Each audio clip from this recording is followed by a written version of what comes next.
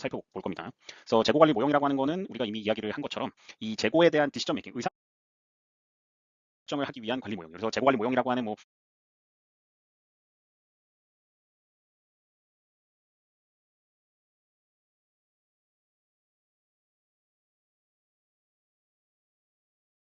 자, 이제 오늘 수업부터는 우리가 이 재고 관리 모형이라고 하는 것을 본격적으로 살펴볼 겁니다.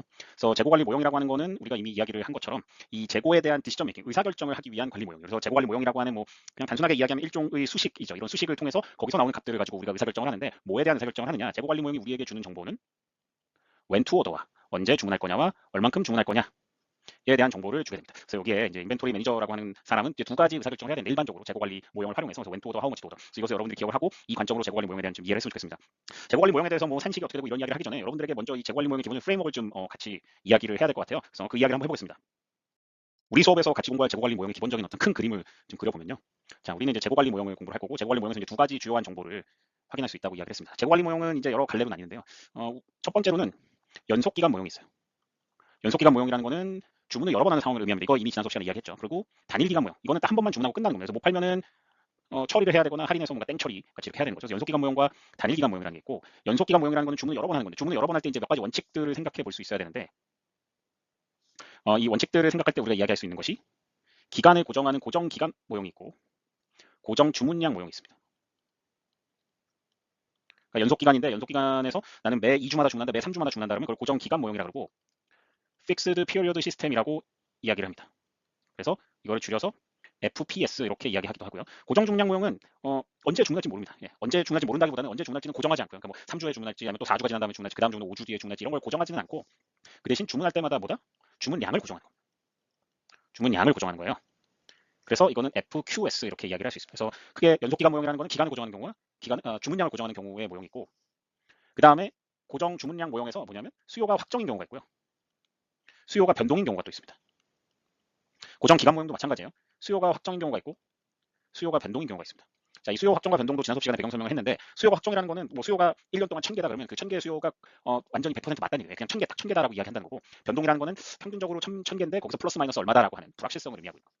그래서 이 상황에 따라서 달라져요. 이 상황에 따라서 달라집니다. 근데 우리가 추가적으로 생각하는 경우는 수요가 불확실한 경우에는 이 불확실성 때문에 불확실이라고 하는 거는 일종의 리스크, 위험이잖아요. 그래서 수요가 불확실한 경우에는 우리가 안전재고라는 걸 생각하게 돼요. 그리고 수요 여기도 마찬가지고 안전재고라는 걸 생각하게 됩니다. 그다음에 단일기간 모형이라고 하는 거는 우리 수업 시간에는 유스 밴더 모형이라는 걸 배웁니다. 유스 밴더 모델, 신문 갑판대 모형이라고 하는데요. 단일기간 모형이기 때문에 이건 고정 기간도 아니고 고정 주문량도 아니고 그냥 how much to order를 정합니다. 네. 그리고 유스 밴더 모형에 대해서는 좀 여러 이야기를 할게요. 그러니까 이 단일기간 모형에서는 수요가 확정이 아니고 수요가 변동이겠죠. 예. 만약에 단일기간 주문 한 번만 하는데 수요가 확실하다 그러면 how much to order는 이미 정해져 있는 거죠. 그런데 수요가 불확실한 경우를 가정하고 봅니다. 그리고 여러분들이 이제 감이 좋은 학생들은 이미 생각을 할 텐데 이 불확실이라는 게 여기서 나오잖아요. 그럼 여기는 확률 이야기가 또 나옵니다. 예, 뭐 이런 정도의 큰 그림이라고 생각을 하면 될 것 같고요. 물론 이 외에도 이제 다른 재고관리 모형을 언급은 하겠지만 그건 그렇게 중요하다기보다는 그건 자세하게 볼 내용은 아니기 때문에 이 내용들이 우리가 주로 볼 내용이 되겠습니다. 그래서 연속과 단일로 나뉘고 연속에서 기간을 고정하는 경우와 주문량을 고정하는 경우로 나눠서 FPS와 FQS를 생각하게 되고 수요가 확정된 경우와 수요가 변동성 있는 경우로 거기서 또 나뉘게 된다라고 하는 겁니다. 여기서 생각해야 될 거는 재고관리 모형을 쓰는 이유, 재고관리 모형을 활용하는 이유는 뭐냐? 자, 우리는 왜 매니저가 왜 재고관리 모형을 씁니까? 왜 when to order와 how much to order라는 것을 왜 재고관리 모형을 통해서 의사결정해야 되냐? 우리가 가정하는 것은 비용의 최소화입니다. 여기서의 비용이라고 하는 거는 이제 재고 관련 비용이죠. 재고 관련 비용의 최소화입니다. 그래서 이제 우리가 이 뭐 고정 주문량 모형부터 먼저 볼 건데 오늘은 이 재고 관리 모형을 봤을 때 의사결정이라고 하는 거에 대한 기본적인 목적은 여러분들이 이제 경영과학 수업을 들으면 리니어 프로그래밍에서 그러니까 선형계획법에서 항상 보면 목적 함수와 조건 제약식과 의사결정 변수 뭐 이렇게 구분이 되잖아요. 그런 식으로 이 목적 함수에 해당하는 것이 비용의 최소화.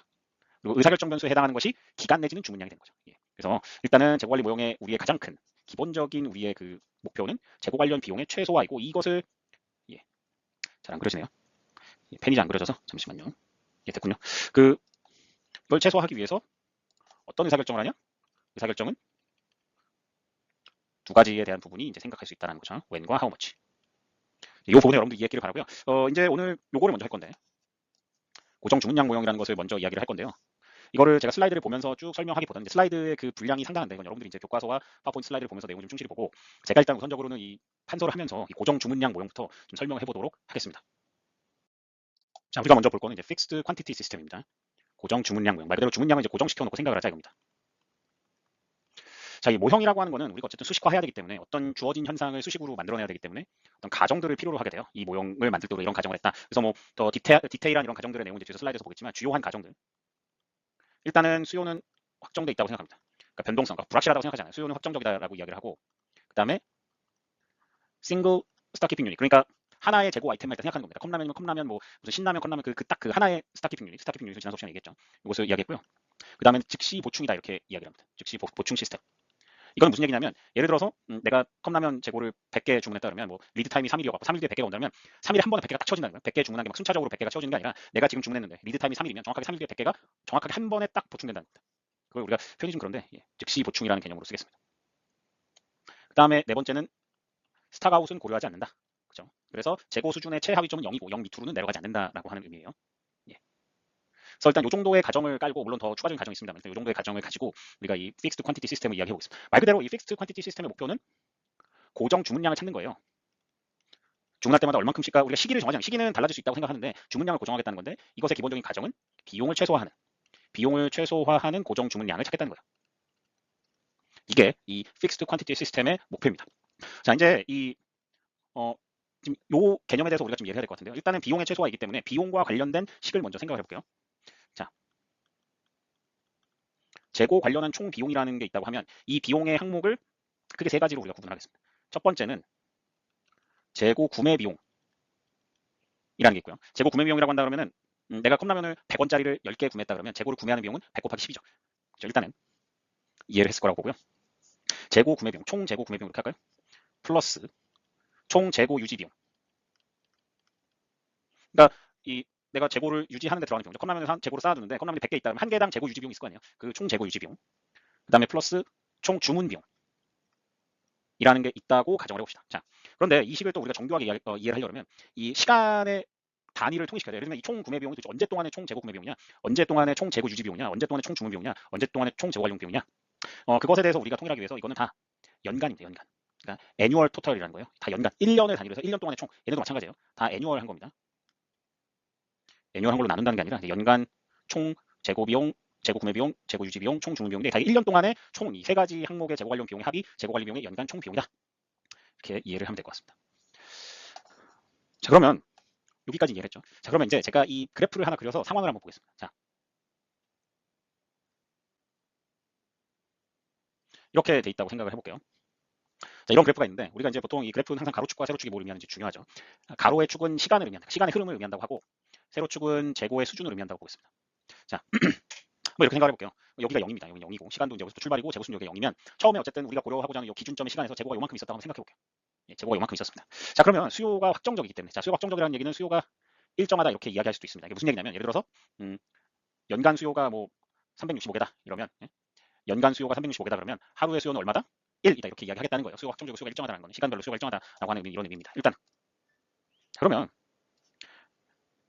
여기서 보면 재고가 처음에 요쯤에 있었다고 쳐봐요. 재고 수준이 정확하게 뭘 의미하는지는 조금 이따가 설명할 텐데 일단 기본적으로 창고에서 내가 쓸 수 있는 가용한 활용이 가능한 재고의 양이라고 생각을 해봅시다. 그러면 처음에 여기 있었어요. 그러면 수요가 확정적으로 일정하니까 일단 재고 수준 여기 있다가 시간이 지남에 따라서 재고 수준이 이렇게 줄어들죠. 그렇죠? 이렇게 쭉 줄어듭니다. 계속. 그러니까 그걸 그래프로 그리면 시간이 지남에 따라서 재고가 이렇게 쭉 줄어듭니다. 이렇게 쭉 줄어들다가 어느 순간에 0이 되겠죠. 재고가 쭉 줄어드니까 보충을 안 하니까. 그래서 이 경우를 보면 재고가 어느 순간에 재고 수준이 0이 됩니다. 우리가 이제 창고에서 이제 그 편의점에 이렇게 할게요. 편의점에 재고가 그 컵라면 재고가 100개가 있었는데 이제 하루 시간이 지나다가 어느 순간에 되면 계속 소비자들이 와서 구매를 해가니까 창고에 있는 컵라면 수가 어느 순간에 0이 되겠죠.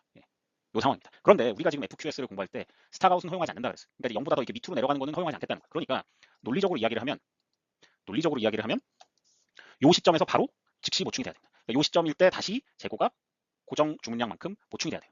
그러니까 여기가 고정 주문량만큼이라고 한다면 고정 주문량까지 다시 보충이 돼야 되고 보충이 된 다음에는 주문한 다음 보충된 다음에는 이제 또 다시 소비를 하고 0이 되는 시점에 또 즉시 보충이 되고 이런 식으로 재고의 흐름이 이어지겠죠. 처음에 100개를 쌓아두고 쭉 소비하다가 0이 될 때 다시 또 100개를 쌓아두고 쭉 소비되다 다시 0이 되면 또 100개를 쌓아두고 이런 식으로 되는데 자, 여기서 우리가 주문을 언제 해야 되는지를 생각을 한번 해봐야 됩니다. 예를 들어서 여기가 0이 되잖아요. 재고 수준이 여기서 0이 되는데 이 시점에 만약에 주문을 하면 우리가 이 시점에 바로 100을 채울 수 있으니까 무슨 얘기냐면 내가 컵라면이 처음에 100개가 있었어요. 이제 시작하는 점에서 그래서 쭉 100개 있으니까 뭐 좀 나중에 주문해야지 이렇게 생각했는데 쭉 계속 컵라면이 100개가 쭉 일정한 비율로 이렇게 시간의 흐름에 따라서 일정한 비율로 이렇게 소비가 되다가 이제 컵라면 재고가 떨어진 거예요. 그럼 여러분들이 편의점 관리자라 그러면 컵라면 재고가 0이 되는 순간에 주문을 하겠습니까? 본사에 전화해서 도매상에 전화해서 컵라면 재고가 떨어졌는데 지금 보내서 그렇게 하겠습니까? 그렇게 하지 않죠. 왜냐하면 뭐 때문에 그렇습니까? 리드 타임 때문에 그래요. 리드 타임이라는 거는 주문한 시점과 우리가 실제로 배송받는 시점의 그 차이. 그러니까 우리가 온라인 쇼핑몰에서 주문하고 나서 3일 걸립니다 배송에. 그러면 그 3일이 리드 타임. 그러니까 리드 타임 동안은 뭡니까? 리드 타임 동안은 우리가 물건을 보충할 수 없어요. 기다려야 되는 겁니다. 무조건. 그러니까 이게 시간이니까 요 시점에 만약에 주문을 했다 그러면 기다려야 되니까 요 시점에 바로 보충이 안 돼요. 리드 타임 이후에 보충이 돼야 되는 거죠. 그러니까 무슨 얘기냐면 내가 컵라면이 100개가 있었다 그러면 쭉 줄어들 거 아닙니까? 매일같이 뭐 90, 80, 70 이렇게 줄어들다가 한 20개 정도 됐을 때 주문을 해야죠. 그럼 주문을 하고 이게 이제 10개가 되고 0개가 될 때 배송이 돼서 다시 0개에서 즉시 보충이 돼서 100개가 되는 이런 식이 되죠. 그래야 스탁아웃이 나는 상황을 방지하죠. 왜냐면 수요가 일정하기 때문에 내가 만약에 여기서 즉시 보충이 요 시점에서 요 X 시점에서 안 이루어지면 스탁아웃이 돼서 이렇게 재고 수준은 마이너스가 될 수가 없어요. 원하는 소비량 계속 있는데 팔지 못하니까. 논리적으로 그렇다는 얘기죠. 그래서 이러한 문제를 해결하기 위해서는 여기 나와 있는 것처럼 재고가 아직은 남아있는 시점에서 주문을 해야 됩니다. 그러니까 무슨 얘기냐면 만약에 예를 들어서 리드 타임이 요거 시간을 이거 데이로 하겠습니다. 리드 타임이 만약에 3일이다. 그러면 요 수요의 비율, 그 수요의 패턴 비율에 의해서 여기서부터 한 칸, 두 칸, 예, 지워야 되겠네요. 이게 확실히 판서하면 이해가 쉬운데 컴퓨터로 판서하기 쉽지 않습니다. 자, 요 시점에 만약에 우리 그 수요 패턴대로라면 100개가 다 소진된 시점이 요 시점이라면 요 시점부터 하나, 둘, 셋, 3일 전에 X-3 시점에 뭐가 돼야 돼요? 주문이 이루어져야 돼요. 주문 시점은 X-30점이 돼야 됩니다. 그렇죠? 그렇게 해야 됩니다. 그러면 요때의 재고 수준이라는 게 있어요. 요거.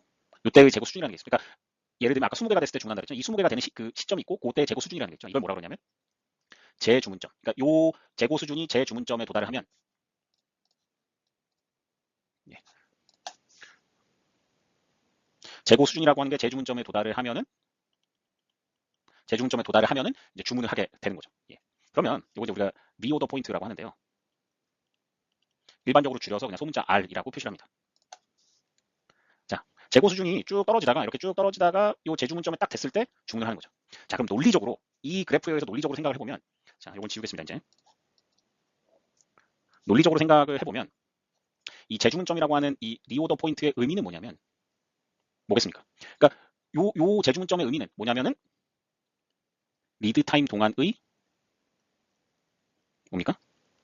수요가 됩니다. 리드 타임 동안 수요. 뭐냐면 여기가 재주문점이면 이 재주문점 이후에 리드 타임 동안 이 재주문점만큼 소비가 이루어지죠. 그래서 딱 도착하는 시점에 재고 수준이 0이 딱 되는 거죠. 그렇죠? 자, 다시 한번 얘기하면 이거를 복잡하다 그러면 이렇게 하겠습니다. 내가 컵라면 100개 있었어요. 그래서 100개, 90개, 80개 해서 쭉 가다가 컵라면이 20개 될 때가 재주문점이라고 만약에 지금 상황이 그렇다고 생각을 해봐요. 그럼 뭐냐면 내가 3일 뒤에 여기서 이제 주문 100개 합니다. 예를 들어서 100개를 하면 3일 뒤에 받을 수 있어요. 3일 뒤에 100개를 받을 수 있다면 요 20개로 며칠을 버텨야 되는 거예요. 3일을 버텨야 되는 거예요. 이런 식으로 좀 이상하지만 이 20개를 가지고 3일을 버텨야 되는 거죠. 스타가 소용하지 않고 딱 0이 되는 시점까지가 3일이 걸린다고 우리가 가정을 하고 보는 거죠. 20개로 3일을 버텨야 되니까 재주문점이라고 하는 거죠. 20개라고 하는 요 재고 수준은 3일 동안의 수요가 되는 거죠. 왜냐하면 3일 뒤에 우리가 100개를 즉시 보충 받을 거예요. 3일 뒤에는 원래대로면 딱 재고가 0이 되는데 그 시점에 즉시 보충이 되니까 3일 뒤에 리드 타임 뒤에 물건이 들어오니까 그렇죠? 그래서 리드 타임 동안의 수요가 바로 재주문점이 됩니다. 그래서 결국은 이 FQS라고 하는 거는 메커니즘이 재주문점이라고 하는 것이 굉장히 중요합니다. 왜냐하면 주문은 언제 합니까? 재고 수준이 재주문점에 도달을 하면 우리가 주문하는 시스템이에요. 그러니까 시기를 고정하지 않더라도 시기를 우리가 굳이 고정하지 않더라도 우리가 알 수 있는 거는 컵라면이 100개 있다가 컵라면 지금 우리 창고에 컵라면 재고가 20개면 20개면은 주문하자 이런 식이 되는 거예요. 재주문점으로 그렇게 설정했으니까. 그리고 그 재주문점의 그 재고량이라고 하는 거는 우리가 물건을 기다리는 리드 타임 동안의 수요가 돼야 되는 것이죠. 예. 그래서 이렇게 생긴 것은 이제 제가 너무 왔다 갔다 하나요? 사이클 인벤토리라고 합니다. 이렇게 생긴 톱니 모양의 이 재고 패턴을 우리가 사이클 인벤토리라고 하고 이 사이클 인벤토리의 개념으로 이제 이 FQS를 우리가 설명을 하게 돼요. 자, 이해를 했죠? 여기까지가 이제 배경 설명입니다, 여러분. 이제 식을 본격적으로 쪼개서 볼 건데 이 배경을 여러분들이 좀 이해를 했으면 좋겠어요. 사이클 인벤토리라고 하는 것에 기반을 하고 있고 이런 형태로 톱니 모양이 되게 되고 재주문점에 도래를 했을 때 재고 수준이 재주문점에 도래를 했을 때 주문이 이루어지고 그리고 딱 리드 타임이 지나고 나서 그러니까 요만큼이 리드 타임이죠. 예. 이게 참 판서 쉽지 않네요. 요만큼이 리드 타임이다 라고 하는 거예요. 예, 글씨가 더 이상해졌네요. 요만큼이 리드 타임이다 라고 하는 거고 리드 타임 동안의 수요는 얘가 되겠죠. 그러니까 재주문점이 리드 타임 동안의 수요가 되는 것입니다. 예. 그래서 여러분들이 요 내용과 요 재고 관련 총비용이라고 하는 요 그러니까 세 가지 비용을 고려를 해서 재고 관련 총 비용이라는 것을 본다. 그리고 고정 주문량을 정해보자. 이 정도의 배경 설명을 이해를 하고 한번 더 자세하게 들어가 보도록 하겠습니다. 자, 그럼 이제 본격적으로 식을 만들어 보겠습니다. 자, 총 재고 관련 비용 연간입니다. 예. 연간 총 재고 비용. 연간은 제가 생략하겠습니다. 총 재고 관련 비용이라고 하는 것은 총 구매 비용, 총 재고 구매 비용, 총 연간 재고 유지 비용, 그 다음에 총 주문 비용. 요로 구분이 됩니다. 자, 그럼 이제 우리가 모형을 만들 때 조금 더 간결하게 하기 위해서 이런 기호들을 써보겠습니다. 자, 총 재고 관련 비용이라는 것은 이제 토탈 코스트라고 해서 이렇게 하겠습니다. TC는 토탈 코스트라고 쓰고 총 재고 구매 비용. 총 재고 구매 비용이라고 하는 것은 뭐냐면 내가 컵라면의 연간 수요, 우리 지금 연간으로 얘기하는 거잖아요. 시간의 단위가 연간입니다. 1년, 애뉴얼. 그러면 만약에 연간 컵라면의 수요가 1000개입니다. 예? 예를 들어서 연간 수요가 1000개예요. 컵라면이. 근데 만약에 하나의 단가가 재고 단위 하나가 100원입니다. 그러면 우리 입장에서 컵라면을 하나 살 때마다 100원을 내야 되는데 1년 동안 1000개를 판다고 수요가 확정돼 있으니 우리는 연간 몇 개의 컵라면을 사야 됩니까? 1000개를 사야 되죠. 그러니까 연간 수요 곱하기 단가를 합니다. 그렇죠? 그래서 우리가 기호를 이렇게 씁니다. 총 재고 구매 비용은 연간 수요에다 곱하기 단가가 된다. 당연하죠. 1,100원짜리 컵라면을 재고를 1000개를 사니까 1000 곱하기 100이 연간 총 재고 구매 비용이죠. 그 재고의 가치라고 생각하면 돼요. 연간 구매하는 재고의 가치. 그러니까 이거를 연간 수요를 D라고 하겠습니다. D는 뒤는 annual demand, 연간 수요가 되고요. 그래서 D 곱하기 C를 합니다. C는 unit cost, 단가, 한 단위당의 비용을 unit cost라고 하겠습니다. 그러면 총 재고 구매 비용은 D 곱하기 C가 되죠.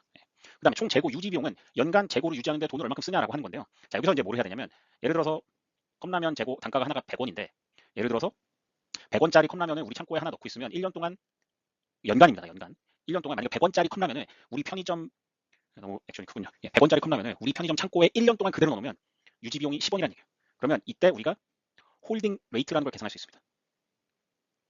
이건 이제 유지 비율이라고 계산할 수 있는데 이런 경우에 100원짜리를 1년 동안 보관하는데 10원만큼의 비용이 되니까 이런 경우에 홀딩 레이트는 100 나누기 10 해가지고 0.1이 돼요.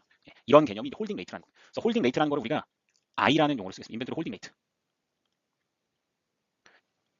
그러니까 이거는 이제 이 재고 유지 비용을 설명하는 개념에서 나오는 거예요. 그렇죠? 이거는 다 연간입니다. 연간. 우리가 다 지금 시간에 대한 단위는 다 연간으로 맞춰둔 거예요. 여러분들 그걸 꼭 기억을 해주고요. 이런 홀딩 레이트에다가 홀딩 레이트가 0.1이잖아요. 그러니까 이 0.1 실제 유지 비용을 계산하려면 어떻게 해야 되냐면은 0.1 곱하기 얼마야 됩니까? 100을 해야 실제 유지 비용이 나오죠. 얘는 유지 비용이고 얘는 홀딩 레이트고 얘는 뭡니까? 단위 비용이죠. 단가죠. 유닛 코스트. 그러니까 요게 뭡니까? I 곱하기 C는 실제 홀딩 코스트예요. 인벤토리 홀딩 코스트. 홀딩 코스트 뭡니까? 퍼 유닛입니다. 한 단위당 재고 유지 비용. 한 개 요 하나 여기 뭡니까? 컵라면 100원짜리 하나를 1년 동안 넣으면 10원짜리만큼 드는 거니까 요 I 곱하기 C라고 하는 거는 인벤토리 홀딩 코스트 퍼 유닛. 한 단위당. 자, 그러면 이제는 뭐만 넣으면 돼요? 한 단위당 1년 동안의 재고 유지 비용. 컵라면 하나당 재고 유지 비용은 알겠는데 그러면 이제 뭐를 알면 돼요? 창고에 그래서 재고가 연간 몇 개가 있는데 그걸 봐야죠. 이해했습니까? 예. 이거는 단위 하나에 대한 이야기잖아요. 그러니까 이제는 1년 동안 창고에 몇 개의 컵라면 재고가 있는지를 토탈을 알아야 총 재고 유지 비용이라는 걸 나오죠. 이건 한 단위의 재고 유지 비용이니까 우리는 총을 계산해야 되는 거잖아요. 자, 그러면 이때 우리가 아까 이야기했던 이 사이클 인벤토리, 톱니 모형에 대한 이해가 좀 필요합니다. 자, 별로 어렵지 않습니다, 여러분. 아까 그 톱니 모형을 다시 그릴게요. 이렇게 돼 있으면 가로는 시간, 응? 세로는 재고 수준, 인벤토리 포지션인데 재고 수준 이렇게 돼 있다 그러면 우리가 생각하는 톱니 모형은 이런 겁니다. 재고 수준이 처음에 Q만큼 있다가 Q라고 하는 게 새로 나왔는데 Q라고 하는 게 주문량입니다. 예. 주문량만큼 처음에 차 있다고 생각하는 거예요. 우리가 고정 주문량 모형을 쓰는 거니까 고정해서 주문한 주문량만큼 처음에 컵라면을 100개 주문했으니까 100개부터 출발을 해서 수요의 흐름대로 쭉 소진이 되다가 우리가 설정한 리오더 포인트에 이제 이 재고 수준이 닿으면 이때 주문점이 되죠. 주문이 들어갑니다. 그리고 요만큼의 리드 타임이 지나면 어떻게 하게 돼요? 리드 타임이 지났으니까 이제 즉시 보충이 되는데 얼마큼 보충이 됩니까? Q만큼 보충이 되죠. 왜냐면 Q만큼 주문했으니까 주문량을 고정시켜 놨잖아요. 고정 주문량이 Q라고 하면 여기가 0이 원래는 딱 되는 타이밍에 즉시 보충이 되니까 다시 Q만큼. 그리고 그다음부터는 또 동일하게 재주문점이 도달을 하면 여기서 주문이 이루어지고 리드 타임이 지나고 나서 어떻게 된다? 다시 이거 참 쉽지 않네. 제 체질은 아닌 것 같아요. 판서를 깨끗하게 하는 건 미안하게 생각합니다. 하지만 어쩔 수가 없어요. 노력해도 안 되는 게 있더라고요. 자, 그래서 딱 요 시점에 다시 Q만큼 보충돼요. 그래서 이런 식으로 톱니가 계속 합니다. 이렇게 해가지고 예를 들어서 여기가 0 시점이고 여기가 1 이어가 되는 시점이라고 생각을 해봅시다. 예. 자, 이해했죠? 이게 시간의 흐름이니까 요 가로축이 지금 시간이잖아요. 그래서 여기가 이제 1 이어라고 생각을 해요. 그러면 우리 지금 총 재고 유지 비용을 계산해야 되는데 이거를 계산하기 위해서 뭐냐면 1년 동안 창고에 얼만큼 재고가 보관돼 있냐, 재고가 보관되어 있냐라는 걸 알아야 되잖아요. 총 재고 유지 비용 계산하려면 하나의 1년 동안에 한 단위의 재고 유지 비용 알겠는데 그럼 1년 동안 토탈 몇 개가 창고에 있느냐? 근데 그걸 계산하기 쉽지가 않은 게 자, 봅시다. 처음에 Q만큼 있었어요. 창고에. 컵라면이 100개가 예를 들면 Q가 100이면 100개가 있었단 말이에요. 근데 100개가 계속 소진이 돼. 그러면 처음에는 100개였다가 창고에 100개가 있다가 뭐 90개, 80개, 70개, 60개 가다가 20개 돼가지고 다시 재주문점에 도달을 한 다음에 리드 타임 동안 이후에 기다리다가 창고에 재고가 0이 되는 시점에 즉시 보충돼서 다시 100개가 되죠. 그래서 100개와 0을 계속 왔다 갔다 하는 거예요. 100과 0. 1년 동안에 우리가 재고를 그 창고에 컵라면 재고가 몇 개 있는지를 계속 1년 360을 보고 있으면 100개부터 0개까지 계속 왔다 갔다 하는 1년 동안 100개에서 0개 한번 왔다 갔다 해서 한 사이클 돌고 그다음에 또 100개 채워줘서 그다음에 또 시간 지나면 또 0개 되고 그러니까 1년 동안 보는데 세 번의 사이클이 이렇게 세 번의 사이클이 도는 동안에 계속 재고 수준이 100개에서 0개, 100개에서 0개, 100개에서 0개 수요대로 이렇게 수요의 그 비율에 따라서 왔다 갔다 하잖아요. 그러니까 1년 동안 창고에 재고 얼마큼 보관되어 있는지를 얘기하는 가장 좋은 방법은 뭐다? 이게 재고가 Q와 0 사이를 이렇게 왔다 갔다 하니까 그때 이야기할 수 있는 건 뭐다? 0과 Q를 왔다 갔다 하니까 평균 재고 수준. 그러니까 창고를 우리가 그냥 봤을 때 평균적으로 1년 동안에 언제 우리가 창고를 보든지 간에 이게 Q와 0 사이로 왔다 갔다 하니까 그냥 평균의 개념으로 1년 동안에 그냥 쭉 우리가 창고에 보관하고 있는 컵라면의 재고 수준은 Q분의 2가 되는구나. 라고 생각을 할 수 있죠. 이 톱니 모형을 봤을 때. 맞습니까? 그래서 어떻게 되는 겁니까? 예를 보면 총재고 유지비용. 한 단위당 유지비용이 연간 유지비용이 I시니까 연간 평균적인 재고 보유량은 2분의 Q가 되는 거예요. 그러니까 요만큼의 재고가 그냥 항상 창고에는 2분의 Q만큼 있다고 생각할 수 있는 거예요. 미니멈은 0이고 맥시멈은 Q니까 2분의 Q 정도가 있다고 가정하니까 연간 총 재고 유지비용은 IC 곱하기 2분의 Q가 됩니다.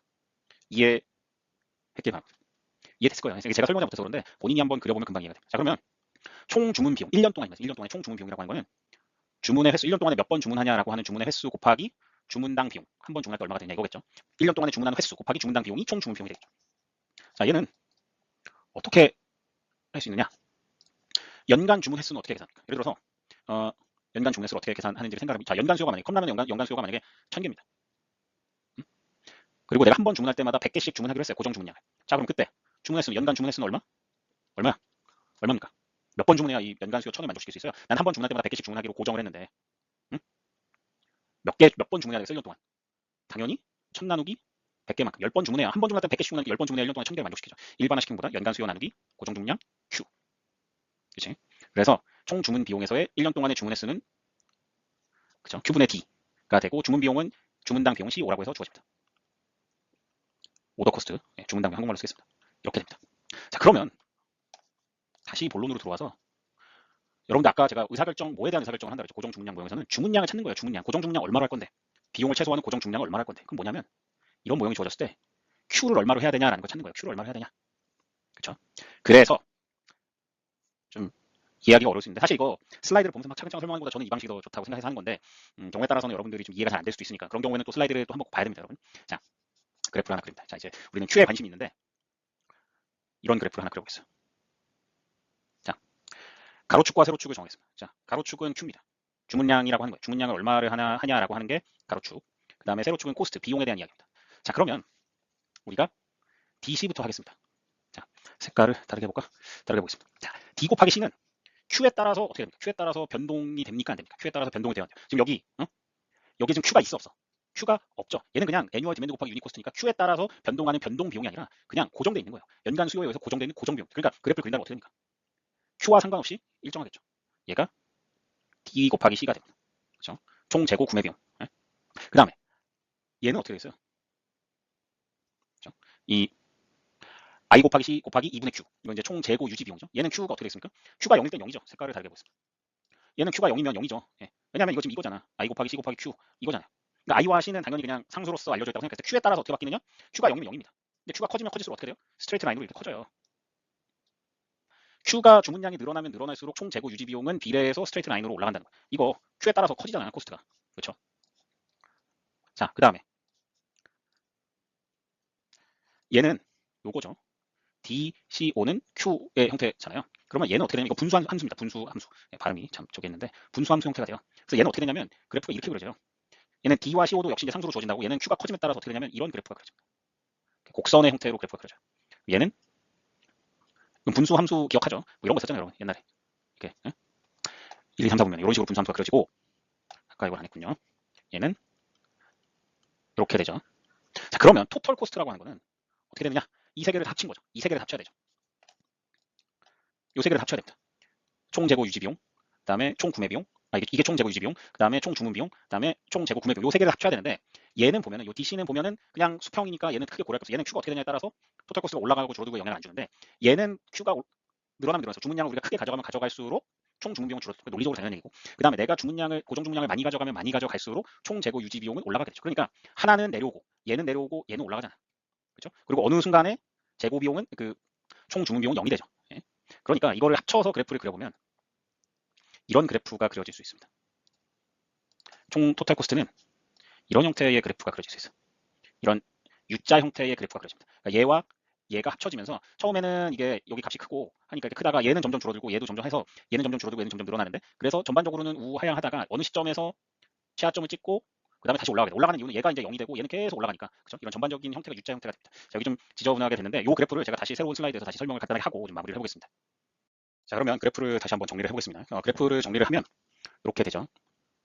여기는 고정 주문량, 그러니까 주문량이 이제 가로축, 그 다음에 세로축이 코스트라 그러면 총 재고 그 비용은, 구매 비용은 D 곱하기 15에서 이건 Q1은 상관없이 일정하죠. 그 다음에 우리가 봤던 것이 재고 유지 비용은 주문량이 늘어나면 늘어날수록 커진다고 했습니다. 그래서 얘는 이렇게 정의가 되고, 그 다음에는 우하향한, 곡선 형태로 우하향했던 것이 주문 비용이 됐죠. 그래서 이 DC는 우리가 크게 생각할 필요가 없는 것이 Q에 따라 상당히 일정하기 때문에 얘와 얘를 합쳤을 때 토탈 코스트의 그 그래프의 모양이 어떻게 되냐를 보면 처음에는 비용이 상당히 토탈 코스트가 높다가 줄어들다가 어느 순간 다시 늘어나요. 왜냐하면 이게 요 값이 0에 다다르게 되기 때문에 그 이후에는 요 재고 유지 비용이 증가하면 증가할수록 총 비용이 계속 증가하잖아요. 그래서 이런 식으로 됩니다. 어느 기점을 중심으로 해서 이 기점을 중심으로 해서 줄어들다가 늘어나는 이런 U자 형태의 모양의 토탈 코스트가 띄게 되죠. 그래서 결론적으로 얘기하면 주문량 Q와 코스트라고 하는 게 있을 때 이 토탈 코스트의 그래프의 형태는 이런 식으로 U자 모양이 된다라고 하는 것이고, 그 말인즉슨 우리는 토탈 코스트를 최소화하는 Q를 찾고 싶잖아요.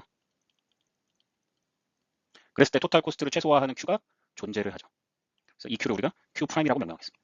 이 Q를 우리가 Q 프라임이라고 이야기를 하고, 이 Q 프라임을 찾기 위해서 우리가 이제 약간 수학적인 기법을 써야 되는데, 뭐 지금 여기서 하는 얘기는 여러분들 몰라도 상관없어요. 참고로 이야기하는 겁니다. 그냥 뭐 수식이 이렇게 주어졌으니까 포뮬라를 외워서 하세요 이런 얘기 하고 싶지 않아서 제가 일종의 뭐 미분 이런 거 써가지고 보여주는 건데, 모르더라도 크게 상관없으니까 걱정할 필요 없습니다. 자, 무슨 얘기냐면 이게 TC라고 하는 게 이런 곡선의 형태잖아요. U자의 곡선의 형태인데, 이거를 순간적인 이런 접점에서 기울기를 놓고 보다 보면 이 곡선에서 순간적인 접점의 기울기를 보면 최소화되는 시점에서 이 접점, 요게 탄젠트 라인이라고 그러는데, 요 순간적인 요 Q 프라임에서의 요 TC 값의 요 순간적인 접점의 기울기는 플랫하죠. 0입니다. 그래서 이게 순간적인 접점의 기울기가 TC 커브의 순간적인 접점의 기울기가 플랫하게 0이 되는 시점에 Q를 찾으면 그게 Q 프라임. 그럼 그거를 수학적으로는 어떻게 하느냐? 미분이라는 걸 합니다. 그래서 다시 토탈 코스트 펑션을 갖고 오면 토탈 코스트는 이렇게 되고, 그 다음에 이렇게 되잖아요. 이렇게 되고 이렇게 되는데, 얘를 Q에 대해서 미분을 합니다. 몰라도 된다고 했습니다. 몰라도 아무 문제 없다고 했습니다. 몰라도 된다라고, 몰라도 상관없어요. 그러면 이 순간적인 접선의 기울기가 0이 될 때를 찾고 싶은 거니까 이게 요 탄젠트 라인의 기울기를 의미하는 거거든요. 그러니까 얘가 0이 되는 시점에 Q를 찾고 싶은 거니까 이걸 다 Q에 대해서 미분을 해주면, 미분에 대해서 제가 설명할 시간이 없기 때문에 그냥 미분하면 이렇게 됩니다. 이렇게 설명하겠습니다. 자, DC는 Q가 없기 때문에 그냥 0입니다. 그 다음에 얘는 미분을 하게 되면 Q만 날아가요. Q의 그 지수가 1이기 때문에. 그래서 2분의 IC가 되고, 그 다음에 나오는 요 세 번째 항을 미분하면은 이렇게 됩니다. 마이너스고 DC5의 Q제곱. 그래서 이때 이게 0이 될 때 이제 Q 제곱의 값을 구해야 되니까 이제는 우리가 이렇게 이항을 하면서 하면 돼요. 이거를 정리를 하면 좌변과 우변을 정리를 하면 이렇게 되죠. DC5의 오버 Q제곱. Q제곱은 IC에 2가 되고, 얘를 다시 정리를 하면 IC 곱하기 Q제곱은 2DCO가 되죠. 그래서 이쪽에 쓰겠습니다. Q제곱이라고 하는 건 2DCO에 나누기 IC가 돼요. 그냥 순서대로 정리를 하는 거죠. 예. 그 다음에 이제 Q를 구해야 되니까 우리는 여기서 어떻게 해야 됩니까? 루트를 씌워야 되는데, 이 Q라는 거는 주문량이기 때문에 0보다 작아질 수는 없어요. 그래서 그냥 Q가 그대로 나오고 2DCO의 IC가 됩니다. 이건 여러분들이 쫓아가면 하면 되고, 이때 Q가 Q 프라임, Q 프라임이 되는 거예요. 그래서 결국은 이 Q 프라임이라고 하는 거는 크게 쓰면 Q 프라임이라고 하는 거는 루트에 2DCO에 나누기 IC가 바로 Q 프라임이 됩니다. 그래서 내가 Q 프라임을 구하고 싶다 그러면 결론적으로는 이 식을 알면 되는데, 이 식을 보면 뭘 느끼냐면, 우리가 이 주문량이라는 거, 토탈 코스트를 최소화하는 주문량이라는 걸 찾을 때는 애뉴얼 디맨드와 주문당 비용과 그 다음에 한 유닛당 연간 총 재고 유지 비용을 알면 계산할 수 있구나. 어떤 요소를 고려해야 주문량을 찾을 수 있는지를 이해하는 게 지금 이거의 목표였습니다. 그리고 이때 이 Q 프라임을 뭐라 그러냐면 우리가 이코노믹 오더 퀀티티라고 이야기합니다. 그래서 영어로는 줄여서 그냥 EOQ라고 하고, 이 자체가 EOQ이고 이거를 찾는 모형을 EOQ 모형이라고 하고, 우리 수업에서는 EOQ 모형과 FQS가 동일한 거구나라고 하는 정도를 이해하면 되겠습니다. 그래서 결국은 경제적인 주문량, 내가 우리 재고 관련 총 비용을 최소화할 수 있는 경제적 주문량을 찾는 데 있어서 연간 수요와 그 다음에 재고 유지와 그 다음에 주문당 비용이라고 하는 이런 요소들을 적절하게 고려를 해서 이런 그래프에 기반을 해서 이런 식의 기반을 해서 구하는구나라고 하는 로직 정도를 알길 바라는 거예요. 그러니까 예를 들어서 여러분이 나중에 매니저가 됐는데 뭐 지금 EOQ가 얼마야라고 했을 때 그 EOQ라는 게 어떤 메커니즘으로 되는지 우리가 산식을 다 기억할 필요는 없지만, 이게 연간 수요와 지금 홀딩 코스트와 그 다음에 오더 코스트 이런 거 고려해서 됐구나라는 정도가 이해가 있는 매니저와 전혀 이해가 없는 매니저는 의사결정 차이가 있을 수 있겠죠. 그래서 그런 차원에서 얘기한 거고, 요 식을 쓸 줄 알면 되는 건데, 연습 문제 하나만 풀어보고 마치도록 하죠. 자, 그럼 연습 문제를 하나 풀어보겠습니다. 일단 우리가 아까 Q'을 식을 유도를 했으니까 Q'은 2DCO에 그 다음에 I 곱하기 C 이렇게 되어 있습니다. 그래서 이걸 기억을 하고, 자, 이 문제를 보면 아래 주어진 데이터를 갖고 EOQ를 찾고 토탈 애뉴얼 코스트를 찾고, 그러니까 이 EOQ를 썼을 때 재고 총 비용이 얼마큼 되냐, 재고 관련 총 비용이 얼마큼 되냐를 찾고, 그다음에 리오더 포인트를 찾아라 이렇게 되어 있습니다. 다만 이 문제에서 이제 제가 이게 여기서는 이렇게 이해를 해주세요. 여기서의 토탈 코스트, 재고 관련 총 비용에서는 일단 재고 구매 비용은 제외하고 설명하겠습니다. 왜냐면 유닛 코스트가 안 주어져 있어요. 예, 그러니까 재고 구매 비용은 제외하고, 그러니까 DC를 제외하고 보겠다는 거예요. 자, 계산을 해보면, 자, EOQ를 먼저 계산해 봅시다. Q 프라임 EOQ니까 EOQ는 루트 2 곱하기 애뉴얼 디맨드 15,000, 그 다음에 한 번 주문하는데 드는 비용 60. 그리고 IC라고 하는 거는 홀딩 코스트, 애뉴얼 홀딩 코스트 퍼 유닛이잖아요. 근데 여기는 아예 그게 주어졌습니다. 홀딩 레이트를 따로 주어진 게 아니라 이게 I 곱하기 C를 의미하는 거죠. 한 단위를 1년 동안 갖고 있을 때 총 재고 유지 비용인데 그게 이렇게 주어졌어요. 그래서 이걸 우리가 그냥 CH라고 쓰기도 합니다. 홀딩 비용으로 해서 한 유닛당 연간. 그래서 CH라고 쓰기도 하는데 아예 그게 주어진 거예요. 그러니까 더 간단하게 이야기를 하면 아예 이렇게 그냥 CH로 생각해도 돼요. CH가 주어진 겁니다. 7로 주어져. 이게 EOQ입니다. 끝. 쉽죠. 오늘 이거 1시간 동안 설명했는데 사실 20칸으로 끝났네요. 허무하죠.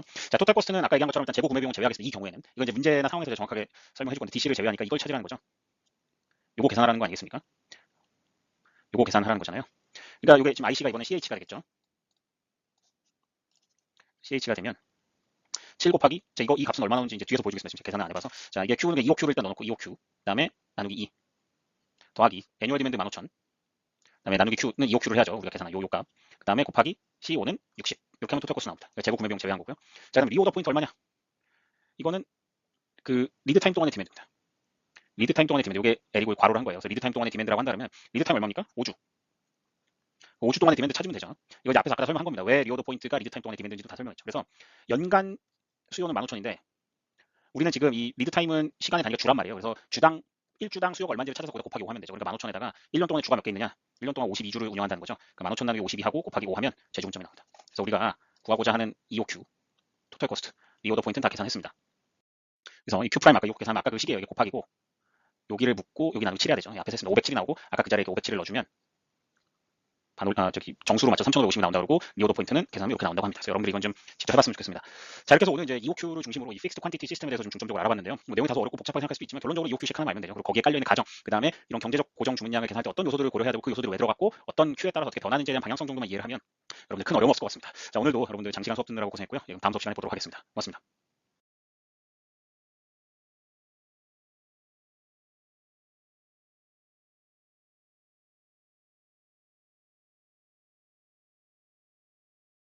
자, 이제 오늘 수업부터는 우리가 이 재고 관리 모형이라고 하는 것을 본격적으로 살펴볼 겁니다. 그래서 재고 관리 모형이라고 하는 거는 우리가